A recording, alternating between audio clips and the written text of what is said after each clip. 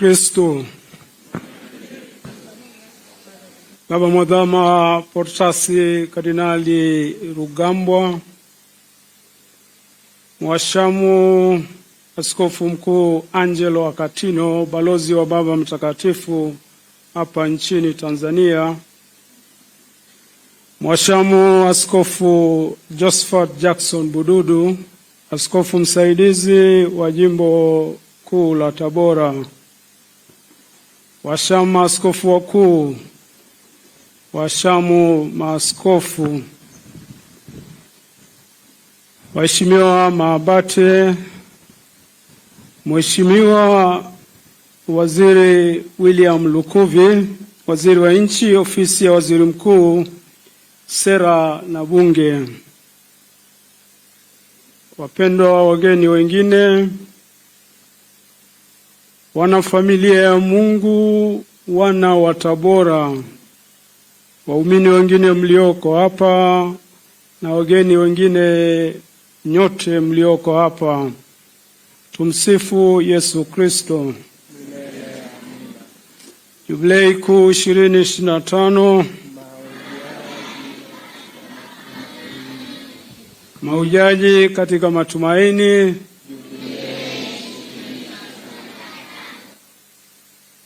Naomba nitoe salamu zetu fupi za Baraza la Maaskofu Tanzania. Nitagawa katika sehemu kuu tatu ambazo ni fupi tu, msiogope. Ya kwanza ni shukrani na pongezi. Tunamshukuru sana Mungu kwa zawadi ya askofu msaidizi katika nafasi ya Mwashamu Josephat Bududu. Mwenyezi Mungu anaendelea kudhihirisha upendo wake kwa kumchagua mmoja wa wale ambao yeye anapenda kufanya nao kazi kwa karibu. Hongera sana Baba Askofu Bududu.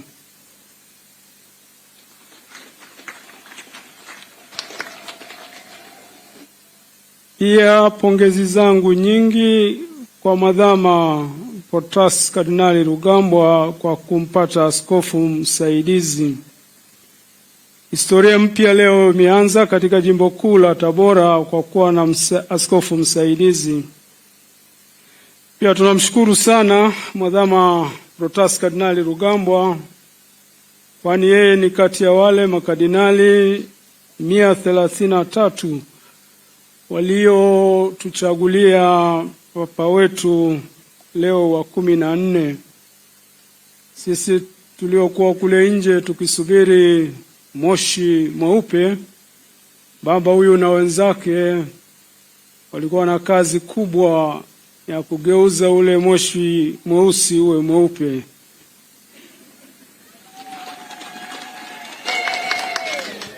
Na wakafanya hilo katika muda mfupi, sijui walitumia mbinu gani.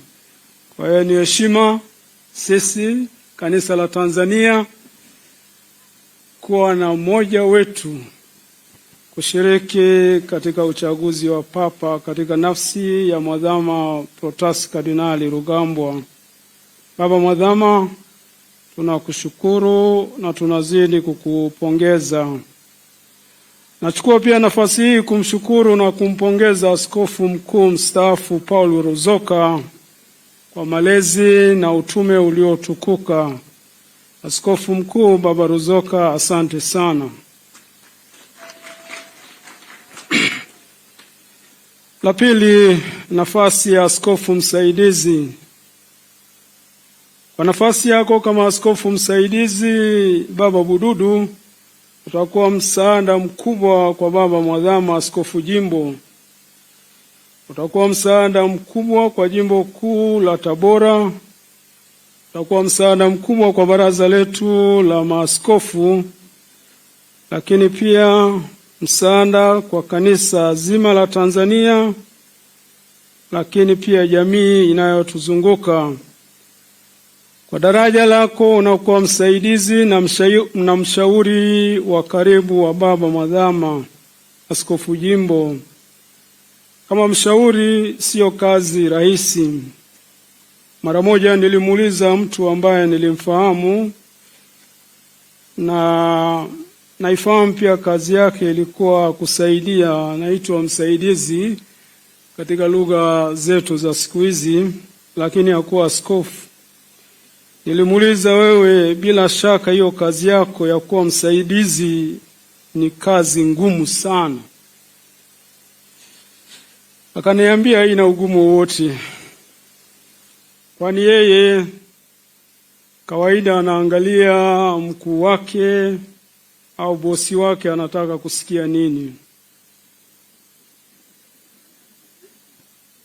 Huo sio ushauri ambao unatakiwa, na huo sio ushauri au usaidizi ambao wewe umeombwa.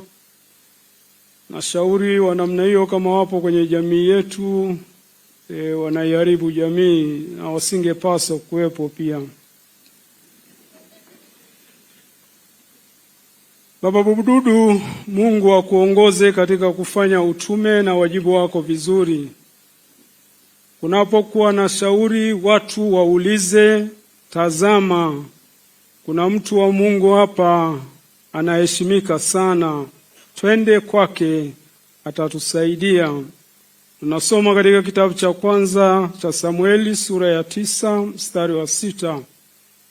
Au kama alivyouliza mfalme Yehoshafati alipomjibu mfalme wa Israeli ambaye alitaka kwenda vitani kuitwaa Ramoth Gileadi, lakini Yehoshafati akamkatalia, akamwambia, tumulize kwanza Mungu anataka nini katika hiyo tamaa yako ya kujitwalia mji usio wa kwako. Yehoshafati anaendelea, anamwambia, hakuna nabii wa Mungu aliyebaki tumulize? Nasoma kitabu cha kwanza cha Wafalme sura ya 22 mstari wa 7.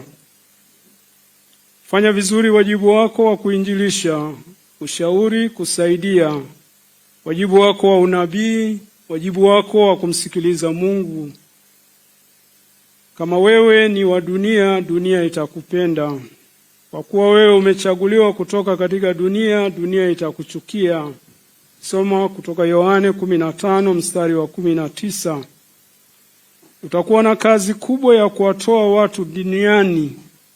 Utakuwa na kazi kubwa ya kuwatoa watu duniani, kwani watu wetu wanaipenda sana dunia.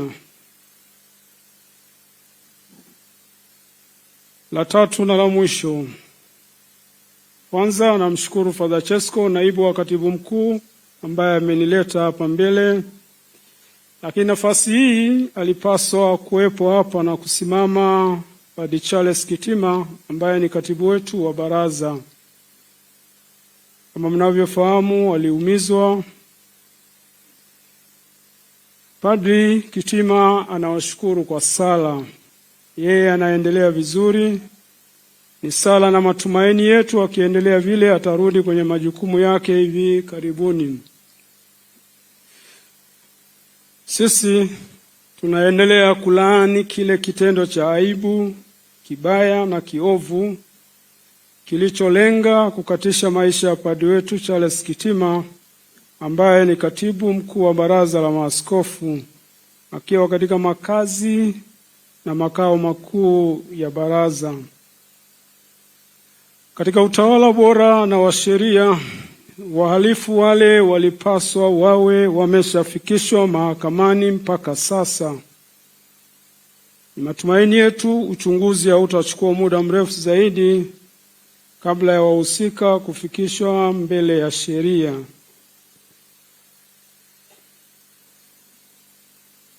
Ili kuwa na amani, hakuna raia atakayependa kuwaona wahalifu kama wale uraiani, na hakuna raia ambao hawatapenda kuishi katika nchi yao katika amani, katika haki na katika ukweli,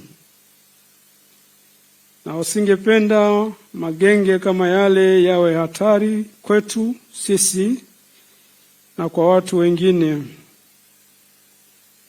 Labda kwa wahusika pia, kama wao wafahamu pia makundi kama hayo, kwa wale wanaoyazalisha, makundi haya pia ni hatari kwao. Sijui kama wanajua hilo. Hitimisho.